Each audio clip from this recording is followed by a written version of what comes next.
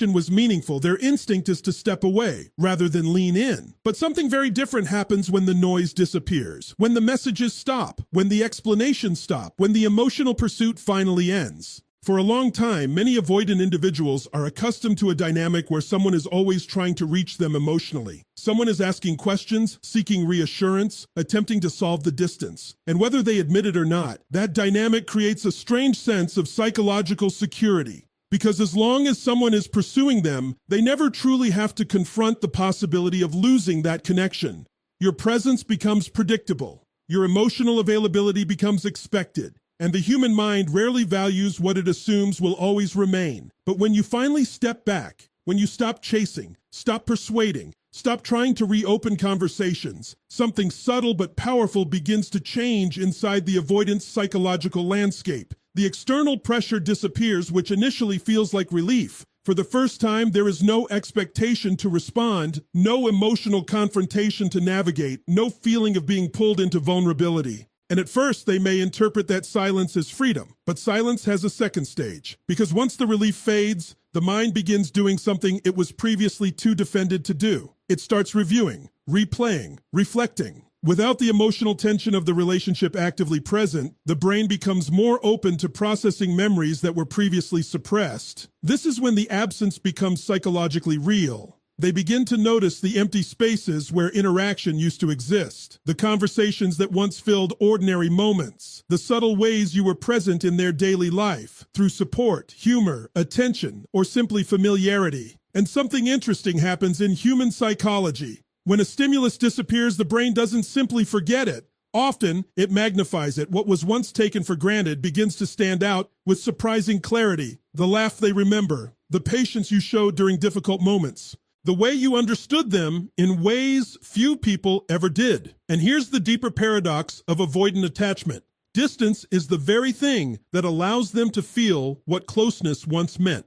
When emotional pressure is gone, their nervous system finally relaxes enough to let certain feelings surface. In other words, the silence you create doesn't push them further away. In many cases, it removes the defenses that kept them from recognizing the value of the connection in the first place. Now, this doesn't mean every avoidant will suddenly run back or immediately reach out. Human behavior is more complex than that. But psychologically, this is often the first moment when missing someone truly begins. Not during conflict, not during pursuit, but during the quiet space where the mind is finally forced to face absence. Because when someone who was once always there becomes genuinely unavailable, the mind can no longer rely on assumption. It has to confront reality. And sometimes that realization becomes the very crack where the avoidance emotional walls begin to break. The truth is simple but powerful. People often recognize the depth of a connection not while it's present, but in the silence that follows its absence. And once that silence begins doing its work, something even more interesting starts to happen internally. Because the walls in avoidant builds are not permanent structures. They feel strong in the moment, almost impenetrable. But psychologically, they require constant reinforcement. Those walls are maintained through distraction, emotional distance, rationalization, and the constant effort to stay focused on independence rather than connection. But when the relationship is no longer actively triggering those defenses, the structure slowly begins to weaken. You have to understand something about the avoidant mind. Their distancing behavior isn't simply about not caring. In many cases, it's about emotional self-protection. At some point earlier in life, closeness became associated with pressure, disappointment, or loss of control. So the mind learned a strategy. When things become too emotionally intense, create distance. That strategy works remarkably well during the relationship itself. When conversations become vulnerable, they shut down. When emotions rise, they pull away. When the connection demands deeper openness, they retreat into logic, independence, or silence.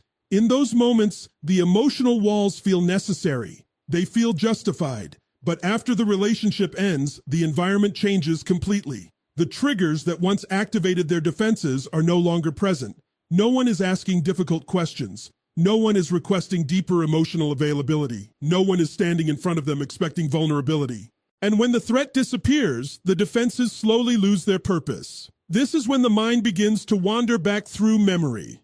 Not in the tense, defensive way it did during arguments or emotional conversations, but in a quieter, more reflective state.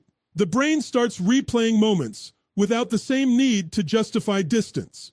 And here's where something profound often happens. The avoidant begins remembering things they once minimized. They remember the calm moments, not just the conflicts. They remember the emotional support that once felt overwhelming. They remember the patience someone showed when they struggled to express themselves. And because time creates emotional distance from the stress of the relationship, those memories often become clearer, not weaker. Psychologists sometimes call this emotional reprocessing. When the nervous system is no longer in a defensive state, the brain becomes capable of evaluating past experiences with greater honesty. The protective narrative begins to soften. Instead of focusing only on why they needed space, they begin noticing what that connection actually provided. And this is where the cracks in the emotional wall begin to appear. Because once the mind allows even a small amount of genuine reflection, it becomes harder to maintain the old story that the relationship was simply too much or not right.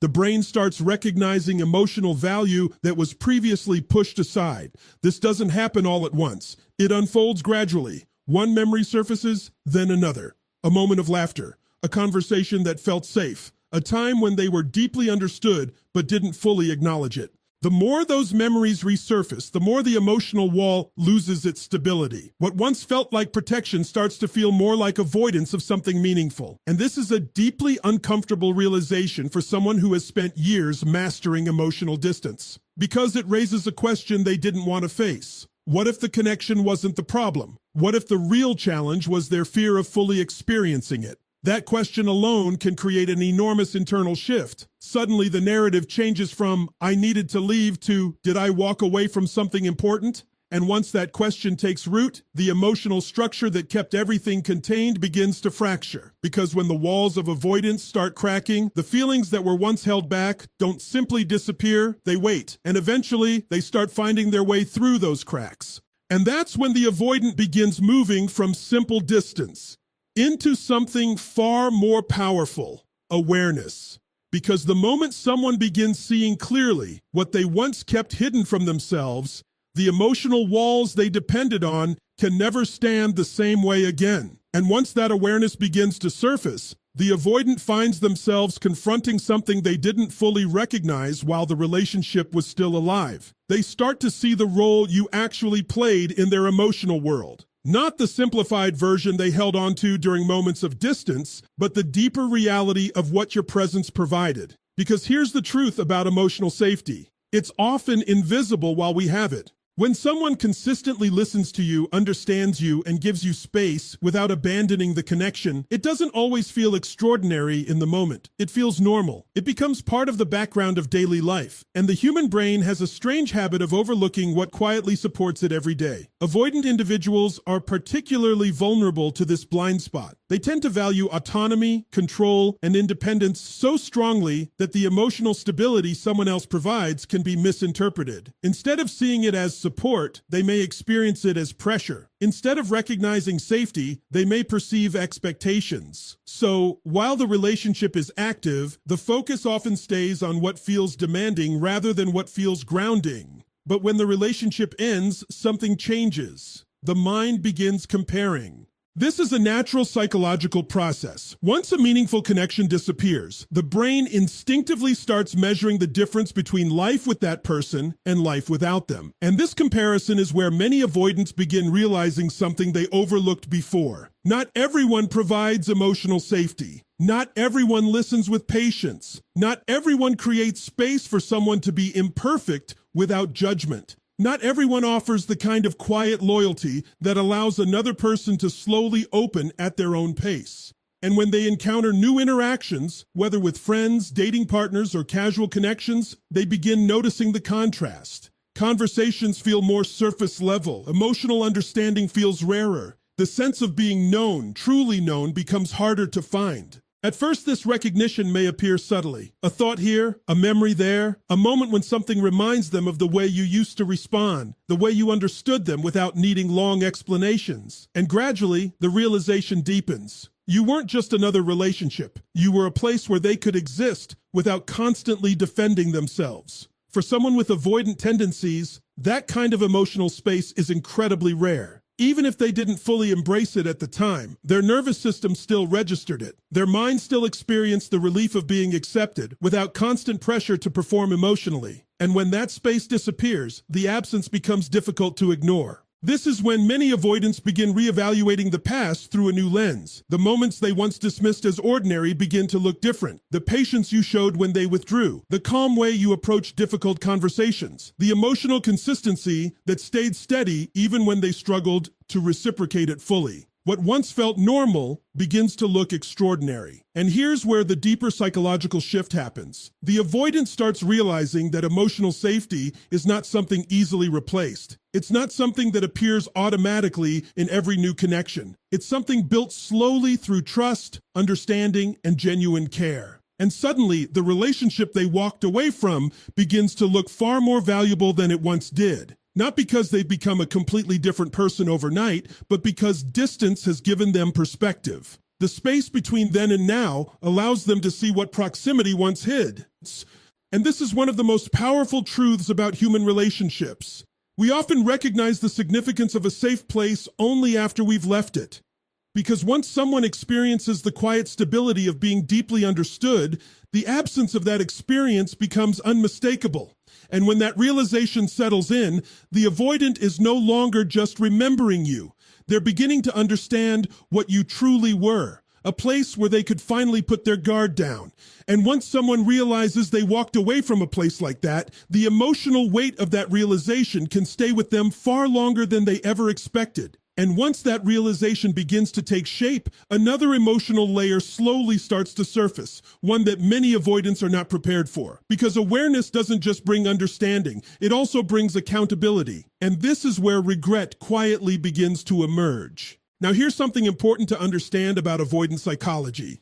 Their emotional processing often works on a delayed timeline. While many people experience grief immediately after a relationship ends, avoidants tend to postpone that emotional impact. Their instinct is to restore distance quickly, regain independence, and move forward without sitting too long in uncomfortable feelings. So in the early stages of separation, they may appear calm, detached, even unaffected. To the outside world, it can look like they've moved on effortlessly. They may focus on work, hobbies, new routines, or social distractions. And internally, the mind tells a very convincing story that the decision was logical, necessary, and ultimately the right choice. But emotional truth has a way of resurfacing once the noise of distraction fades, because feelings that are postponed are not the same as feelings that are resolved. Over time, as the mind continues reflecting on the past and recognizing the value of what was lost, a subtle tension begins forming between the story they told themselves and the deeper reality they are now starting to see. That tension is the birthplace of regret. Regret doesn't usually arrive as a dramatic moment. It begins quietly. A memory appears, maybe a conversation they avoided when you tried to open up emotionally. At the time, it felt easier to shut down, to change the subject,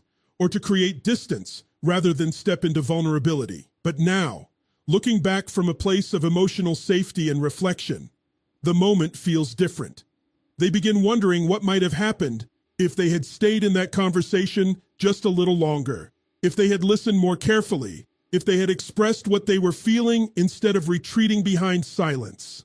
Another memory surfaces, a moment when you asked for reassurance or closeness, and their instinct was to protect their independence rather than nurture the connection. At the time, it felt like maintaining control. But now, from the distance of hindsight, it may start to feel like something was left unfinished. And one by one, these memories begin forming a pattern. The mind starts recognizing that the relationship didn't end simply because the connection lacked meaning. In many cases, it ended because emotional fear was stronger than emotional expression. That realization can be deeply uncomfortable because regret is not just about what happened. It's about what didn't happen. The words that were never said, the appreciation that was never fully expressed, the vulnerability that was postponed until the opportunity was gone. For someone who has spent years relying on emotional distance as a strategy, confronting these possibilities can feel overwhelming. It requires acknowledging that the very defenses that once felt protective may have also limited their ability to fully experience something meaningful, and this is where the internal shift becomes profound. Because regret has a unique psychological power. It forces the mind to imagine alternative outcomes. It opens the door to the question people often try to avoid: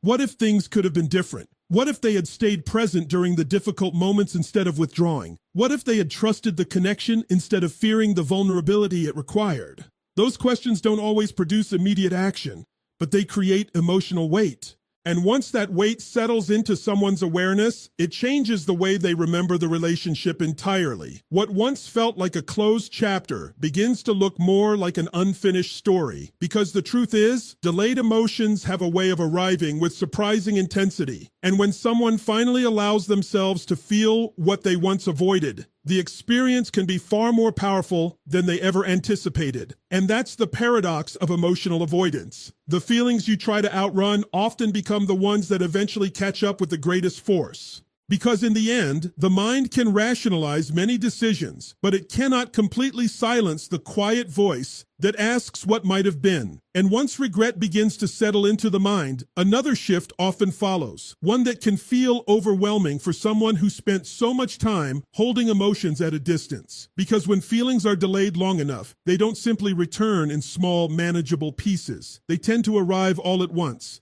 Think of it like a dam that has been holding back water for a very long time. For years, the structure remains strong. The pressure builds quietly behind it, but the wall holds. From the outside, everything looks controlled and stable. But the moment the structure begins to weaken, the pressure that was contained suddenly has somewhere to go. This is often what happens emotionally for avoidance when the realization of loss truly sets in. For a long time, they maintained distance through distraction, independence, and emotional compartmentalization. Their attention stayed focused on moving forward, maintaining control, and avoiding the deeper emotional weight of the relationship's ending. But once the mind begins revisiting memories, recognizing value, and confronting regret, the emotional barrier starts to lose its strength. And when that barrier weakens, the feelings that were once suppressed begin resurfacing with unexpected intensity. Memories become more vivid, not just the difficult moments that once justified distance, but the meaningful ones that carried warmth, laughter, and genuine connection.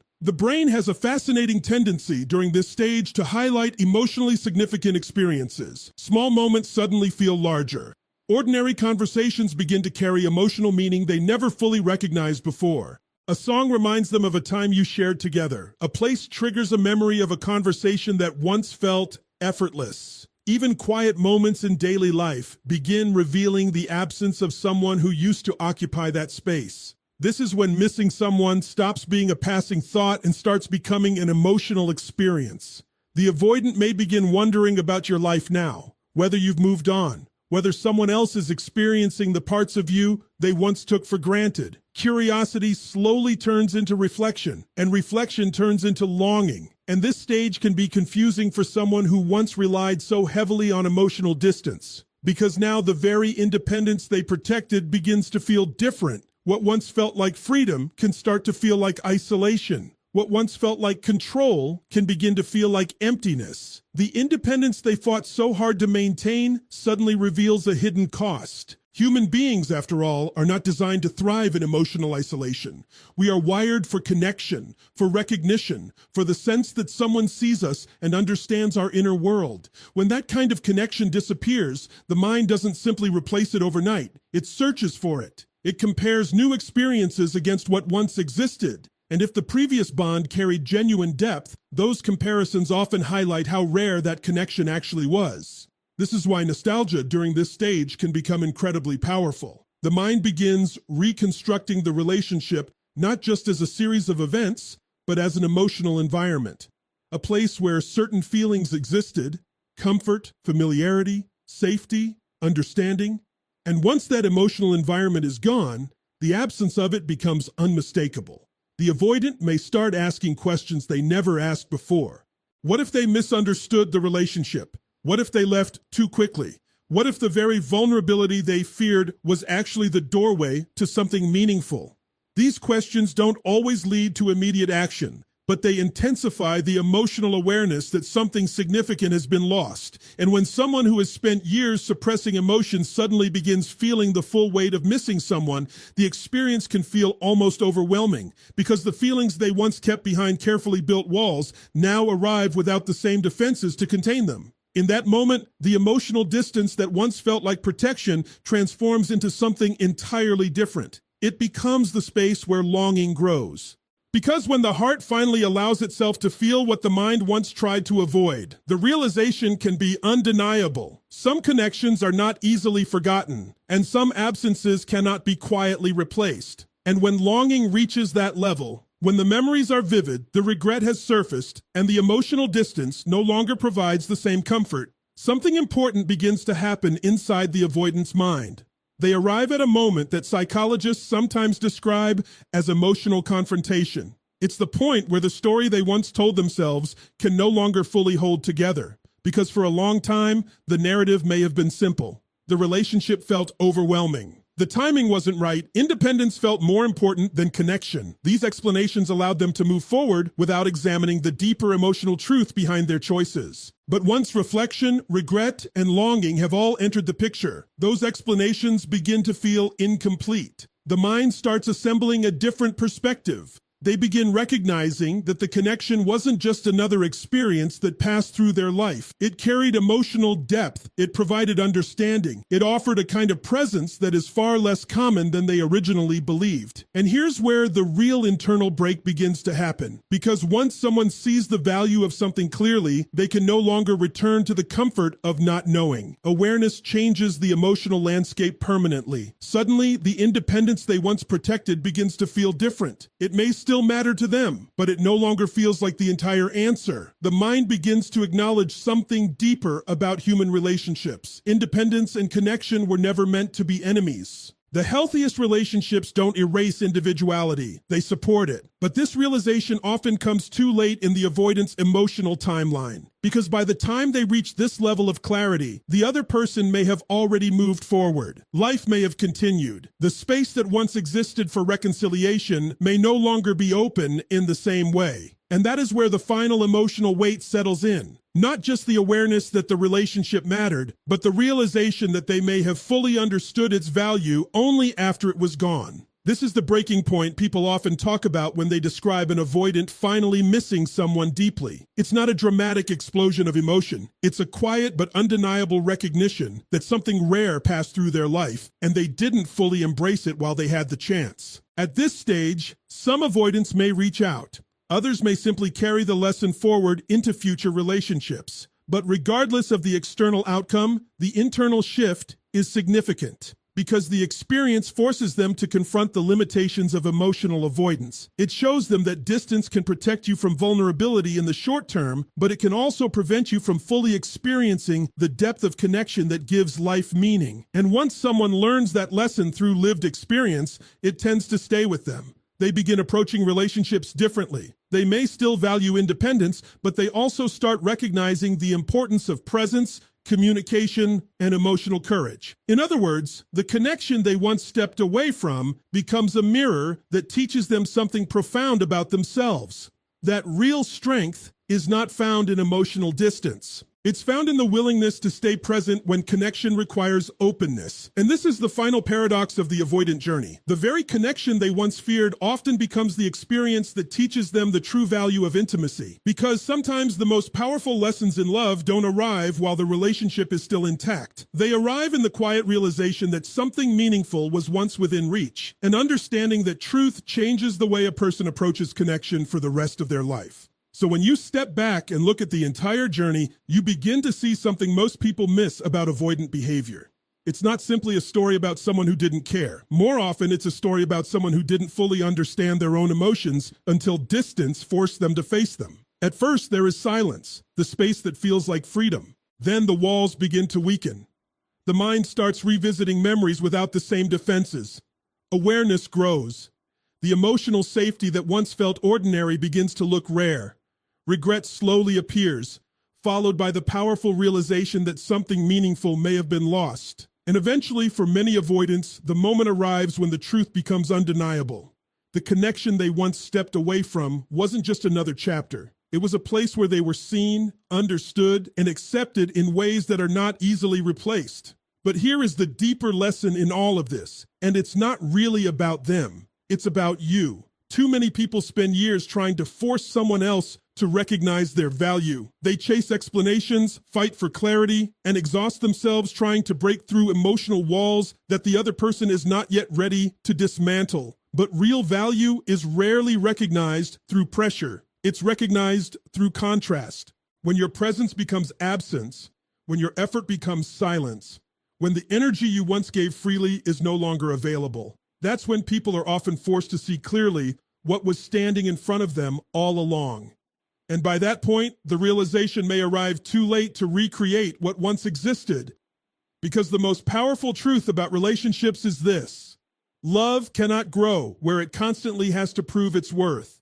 It grows where it is recognized, respected, and reciprocated. So if an avoidant finally breaks and starts missing you badly, understand what that moment really represents. It's not just nostalgia. It's the mind finally catching up with the heart, realizing the depth of a connection it once kept at a distance. But your life should never pause while someone else is learning that lesson, because the right connection, the healthy one, the lasting one, is built with someone who doesn't need to lose you in order to understand your value.